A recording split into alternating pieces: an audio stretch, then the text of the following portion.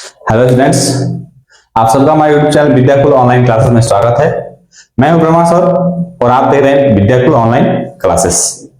आज हम लोग बात करने वाले हैं इलेक्ट्रॉनिक विन्यास किस प्रकार से निकालें और हमें समय भी नहीं लगे और एक सेकेंड में उसको चुटकी बजाते ही जो है कि हम इलेक्ट्रॉनिक विन्यास ज्ञात कर लें।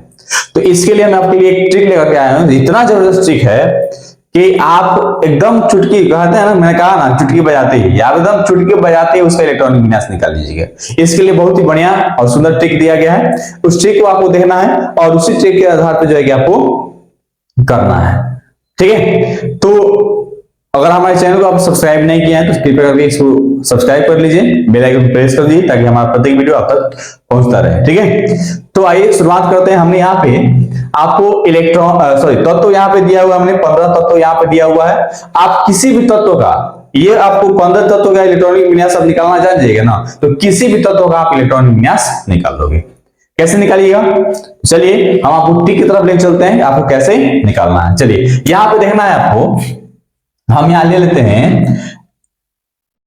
1 2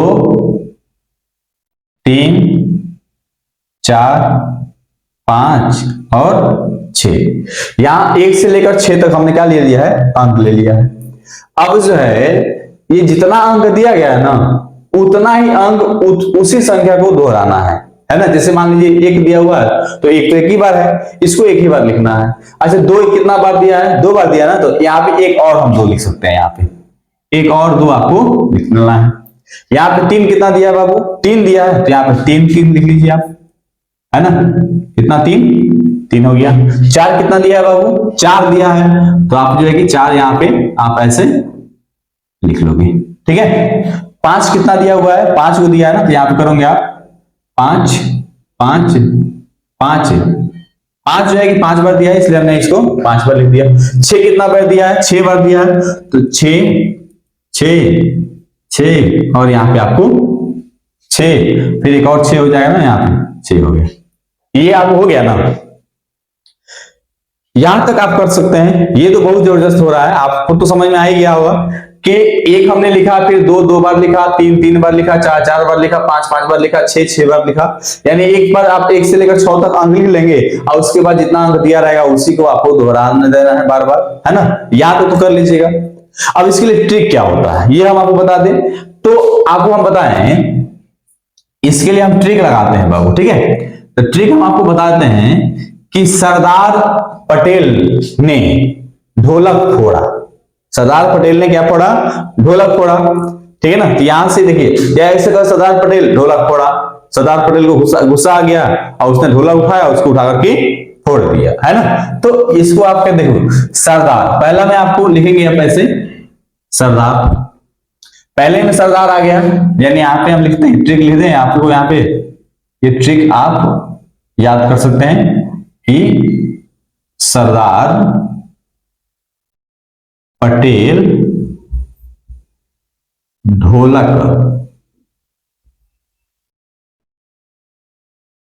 फोड़ा, है ना। समझ रहे हैं ना। तो सरदार को हम लिखेंगे एस, पटेल को लिखेंगे बाबू हम ए, ढोलक को लेंगे हम लोग डे और फोड़ा को लेंगे एफ।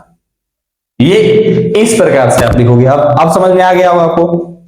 अब जो है पहला में एस होगा, दूसरा में क्या हो जाएगा एस, फिर उसके बाद से अब फोड़ा पटेल, सरदार पटेल हो जाएगा यहाँ पे, है ना। फिर उसके बाद से अब आप अगला में लिखोगे आप, कैसे लिखोगे आप कि सरदार पटेल ढोलक। अब यहां तक आ गया, फिर यहां हो जाएगा आपको सरदार पटेल ढोलक। अब यहां पे आपको फोड़ा हो गया। फिर यहां पे आपको आ गया सरदार पटेल ढोलक फोड़ा। यहां हो जाएगा सरदार पटेल ढोलक फोड़ा। अच्छा अब आप कहीं इलेक्ट्रॉनिक विन्यास में मिलता है, बहुत कम रेयर में मिलता है, जी और एच रहता है। क्योंकि आपको देखिए कक्षाएं तो मात्र कितने होते हैं, 3 ही होते हैं, है ना, 3 ही कक्षाएं होती हैं। तो यहाँ पे हम आप चाहें तो जी भी लगा सकते हैं, जी और एच ये कहीं कहीं मिल जाता है, तो इससे आपको इतना उतना जो है कि प्रभाव पड़ने वाला नहीं है, बस इतना आपको ध्यान में रखना है, ठीक है। अब जो है इसका इलेक्ट्रॉनिक विन्यास निकालना है, तो कैसे निकालोगे, ठीक है ना। तो इसको आपको क्या करना है कि ऊपर से नीचे ऐसे लिख करके लाना है, ऊपर से नीचे की तरफ लाना है। तो यहां से लिख लेते हैं हम लोग, ऊपर से यहां से ऐसे ला दें, हम इसको ऐसे लाएं, ऐसे, ये हो गया। फिर इसको आप लाओ इधर ऊपर से, ठीक है, यहां ऊपर से ला लीजिए ऐसे, ठीक है। फिर इधर से आएगा आपका, फिर ऐसे आ गया, फिर उसी प्रकार से ऐसे आएगा, ठीक, इस प्रकार से आप कर लोगे, ठीक। फिर इस प्रकार से ये वाला हो जाएगा आपका, ठीक,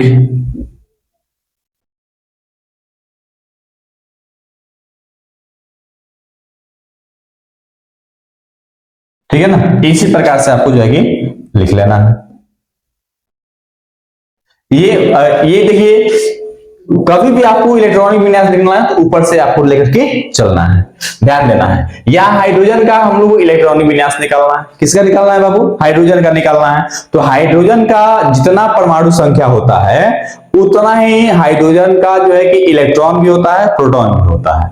जितना मतलब जितने भी तत्व हैं, जितना उसका जो है क्या होना चाहिए, क्या होगा, जितना परमाणु संख्या होगा उतना ही उसका इलेक्ट्रॉन होता है। जैसे हाइड्रोजन है, हाइड्रोजन के पास कितना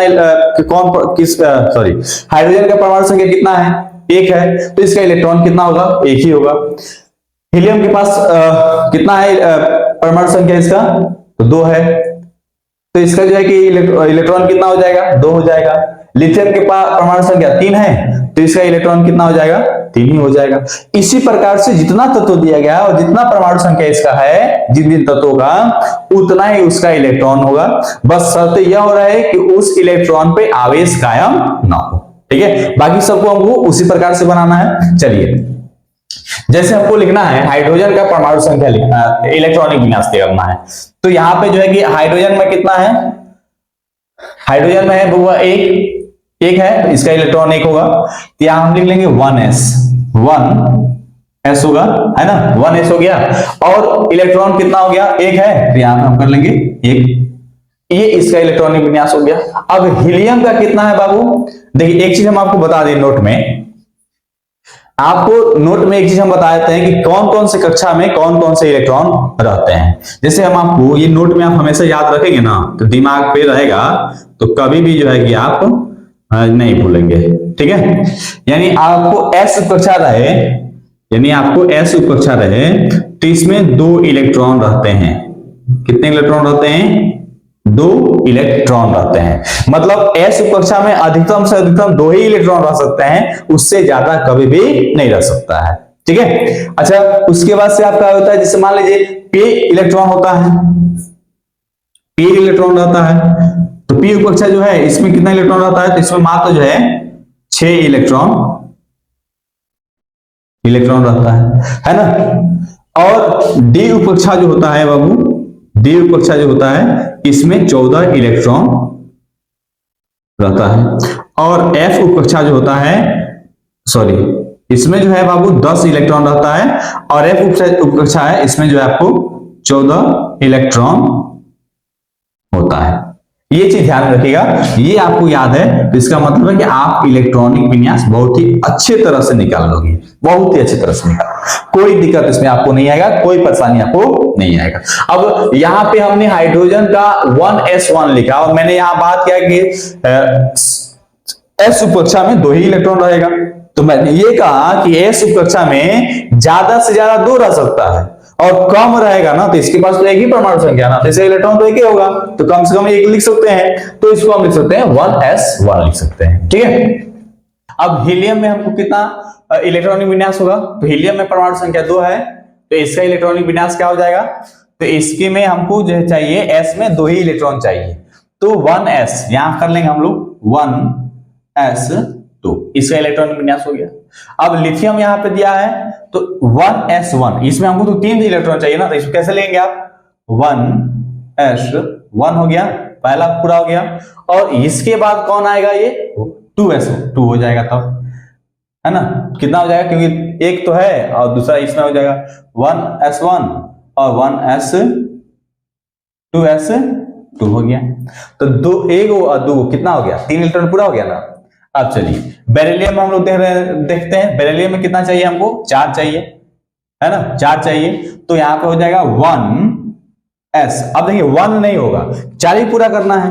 और यहाँ पे जो है कि 2 ही दिया है ना, जैसे इसमें 2 दिया है, तो अगर हम इसमें यहाँ पे 2 इलेक्ट्रॉन कर दें और 2s2 यहाँ पे कर दें, तो 2 और 2 कितना हो जाता है, 4 हो जाता है ना।